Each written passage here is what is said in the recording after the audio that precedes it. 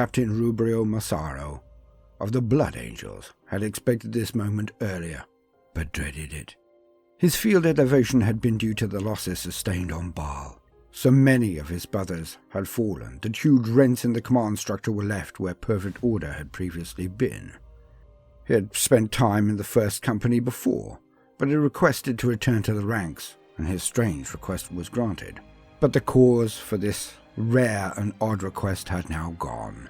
To the captaincy he had been elevated, and now it was time to literally prove he could walk the walk of the unrelenting, the step of destiny, the pace of war. He stood next to 4 other brothers, all veterans of the First Company, his honor guard, his first, all awaiting Captain Rubrio's final trial by fire before being fully accepted as one of the lords of the chapter. All stood awaiting the signal to jump, all stood encased in fully enclosed tactical Dreadnought armor, Terminator warplate, the heaviest armor at the disposal of the Imperium. Some sets present were ancient beyond belief, harkening back to the days of the Crusade, when the Emperor and his sons, the Primarchs, bestrode the battlefields of the galaxy. The light finally turned red, and they took one step in unison onto the teleportarum plates and initiated the jump. Through the warp they travelled for mere seconds before reappearing in real space on the planet below. Without even a second of delay, the veteran honor guard unleashed their weapons into the nearest enemies. Xenos died in their droves as Captain Rubrio gained his bearings. As missiles, projectiles and grenades flew at these 5 men, they stood unmovable and invulnerable. All of it bounced clean off their dense armor, far heavier than even standard marine power armor. Rubrio looked at his more complex displays and then, finally, only 3 seconds from their appearance, signaled the direction of their target. As the honor guard used their storm bolters and an autocannon to tear a bloody path through the clustered Xenos, they began their trudge. Nothing could harm them. Nothing could stay their path or hand, for the Emperor was with them.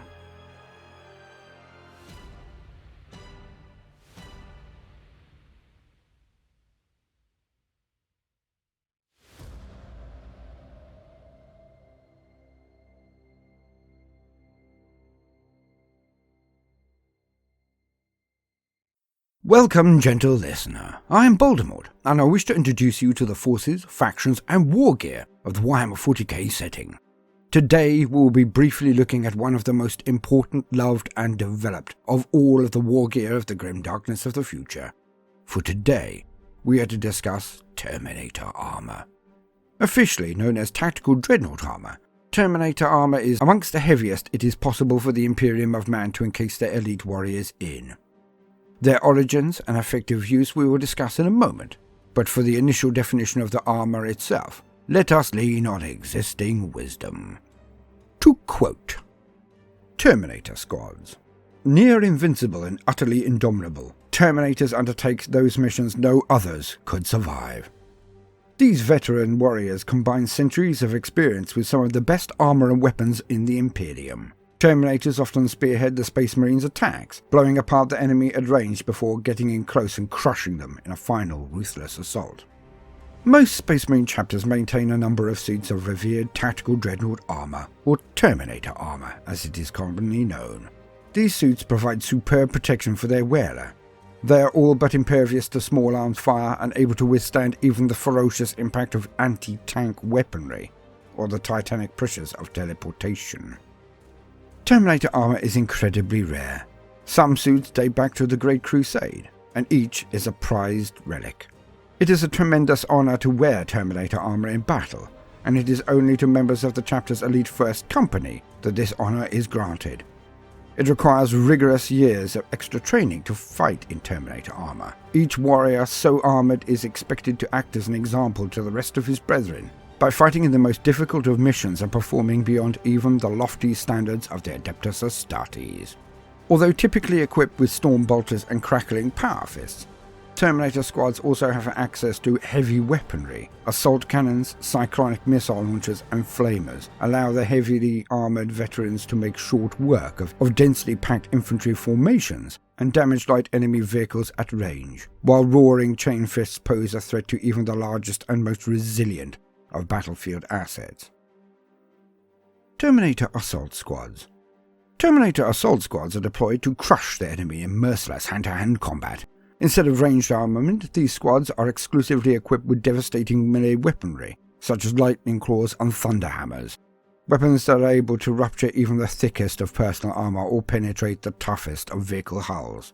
These fearsome squads are most often employed in the vanguard of boarding actions, or where the fighting is sure to be close and bloody. In such cramped environs, there are few foes who can withstand the brutal onslaught of the assault Terminators, whose nigh impenetrable armor and powerful weaponry make a shock force that can slice through all opposition. Many wars have been won by the sudden arrival of these deadly fighters. End quote. Worn almost exclusively by Astartes of a luminous rank, the veterans of the First Company, or ranking officers like captains or specialist warriors like librarians or chaplains, the Terminator Armor encases a hero of legend in a set of protective plates with such artifice that they are nigh on invulnerable. Small arms fire bounces off them or its kinetic energy absorbed. Only heavy or very technologically advanced handheld weaponry can hope to penetrate this stalwart set of battle plate. Originally, the design for this warplate was from an ST scheme schematic, a standard template constructor entry. It would appear that the armor was actually for peaceful endeavor, repairs within the very heart of a reactor, exploration or activity in the depths of the oceans of a myriad worlds across the galaxy. The power of the human race during the golden age of technology was such that a relic of their peacetime pottering is now considered one of the most cutting-edge weapons at the disposal of the Imperium of Man. A Terminator armor suit is exactly as it is designated, a tactical dreadnought. With the capacity to have intensely heavy weaponry attached to its frame, an armor that makes them almost irresistible, there are few things on the battlefields of the grim darkness of the future that can truly threaten anyone inside. With the potential to wield storm bolters or huge heavy flamers for corridor clearing, or autocannons or even cyclone missile launchers for punishing massed formations of infantry, they are terrors at range. But they are no less lethal when arrayed for close combat duty. Most have a power fist or chain fist for carving through bulkheads or armoured opponents, but lightning claws and thunderhammer and storm shield combinations are also a standard loadout for these units. Assault Terminator units are mainly used for clearing bunkers, space hulks, or to deal with the most fearsome of opponents, like greater demons. And they are not easily used. Despite the simplicity of their function, their actuation is more complex than one might think. For a start, the armor is so specifically designed that any Marine donning one would require for that armor to be altered to their dimensions, would need to be tailored to them directly. Then the Marine would require to be trained in its operation. Not only the more prolific options inside the helmet, sharing picked feed and life signs of colleagues, but also the very basics of how to move and how to fight all over again. For the armor is so heavy, is so cumbersome, then even the augmenting nerve and sinew bundles within it only assist in the truly Herculean task of making it animate. Each movement is much slower than in a standard set of power armor, so attack strings and counters must be much better worked out and performed seamlessly. There is no room for error in this warplate. Even walking and moving can be difficult and require incredible exertion from the Marine inside. Few can jog or sprint for long, nor would many choose to do so. Being inside a set of Terminator armor is akin to being a house with skates on a huge ice rink. The ongoing velocity and momentum make changing direction difficult when planned, almost impossible when required in emergency. So the wearers of Terminator armor must needs be the best of the best, for they are fighting a battle where their every move, their every action has to be plotted out before the first move is made, the first step taken. Only the very few have the strength, determination, skill and experience to perform well within such a setting.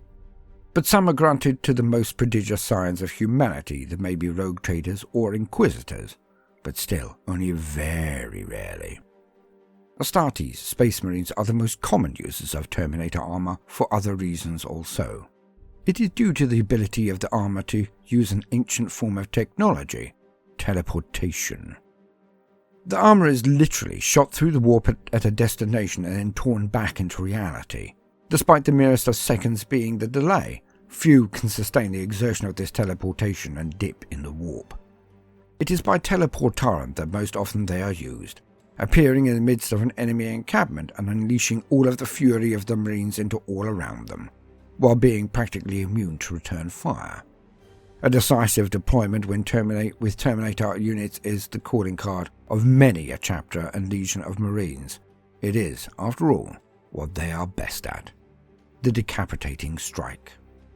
Over the years of the Horus Heresy, multiple forms of the tactical Dreadnought armor were developed.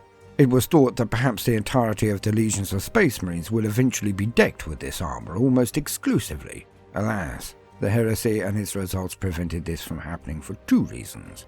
1. The armor was magnificent in its place, but it was not as adaptable and flexible as the standard power armor. In many engagements, the Marines in the lighter power armor would take advantage of the sluggishness of the Terminators and defeat them with precision shots. And it is true today that Terminators not being deployed in tunnels or space hulks are almost without exception deployed with other units to defend their flanks, etc. Simply put, they are very good at what they do. But that is not everything, and even they have their vulnerabilities. 2. The sheer cost in rare material and technical ability required to make them. For Terminator armor is still produced by the Forge Worlds of the Mechanicum, but only in numbers barely able to keep up with the attrition rates experienced across the myriad war zones across the Milky Way galaxy. Basically, the heresy robbed humanity of its destiny of progress, and they are no longer able to innovate. Thus is technological know-how actually reversing in many arenas, but for that, we shall wait for the upcoming entry on the Adeptus Mechanicus. Well, that is the lore. Now to the history of these mighty warriors. From the very first days of Rogue Trader, the book that started it all, the game which more akin to a campaign of a role-playing game, where there was a GM and encounters and flora and fauna engagements and rules. Even since then, there were Terminators. The image of a super-heavy Marine, but still just a warrior, a soldier, marching slowly and inexorably toward his enemies, the enemies of mankind, with blasts and bolts, spells and slings just bouncing off them as they trudge forward. This is the spirit and the thrill, the ultimate image of what Warhammer is, as I stated in the entry for the Land Raider. Humanity armoured in faith and metal, in warplate, and dour countenance with one dread purpose. We trudge forward, surviving but never thriving, always beset on all sides with terror, treachery, and staring at our own extinction in the face if we but take our eye off the spectres forever besieging our people. Once kings of the battlefield, they are no longer the large beasts that they were, as more and more units and models and themes have been added to the setting and the game. Yet over all of this time, the Terminator has stood the test of time, even if it is only in the hearts and minds of the fans. With a board game, Space Hulk, and a computer game, Dreadwing, almost exclusively just about these heavily armoured Marines, these elite amongst the best of humanity, it is clear to see that they are firm fan favourites, as they should be. For one thing remains to be known about them, one more strangeness that lends them their flavour and place in the Warhammer setting: the Crux Terminatus. You see, it is said that each and every set of Terminator armour has in its left shoulder the Crux Terminatus, one tiny sliver, one tiny shard of the armour of the Emperor himself. When he was interred on the Golden Throne over 10,000 years ago, his armour was said to be melted down, and since that day, for all of the years of the Imperium of Man, every last set of Terminator Tactical Dreadnought armour has a tiny piece of that sacred armour within it. So each Terminator armour has a direct connection, a direct endorsement and mandate from the Master of Mankind, the Emperor himself. For it bears a small part of him, his essence, his blessing, with each set. And when a man, Astartes or no, wears this armour, he stands as not only a warrior, but as a beacon, a representative, an ambassador of the Emperor, and through him, the entire human race. The Terminator Tactical Dreadnought Armor. It may be replaced by some out of the mind of call, but if that were the case, then I, along with many an old hand, would lower our heads and see that as a dark day indeed. For to many a fan of Warhammer, there is simply nothing that stands for its aesthetic, its pedigree, and its purpose, so much as the Terminator. Long may they reign. I have been Baldermort, your faithful servant. I hope you have enjoyed this brief introduction to Terminator Armor. If so, then please do consider liking and subscribing. If you do, then make sure to press the notifications button, as I would not want you to miss out. Now, no matter what you do today, do try to make some time for fun. Toodaloo.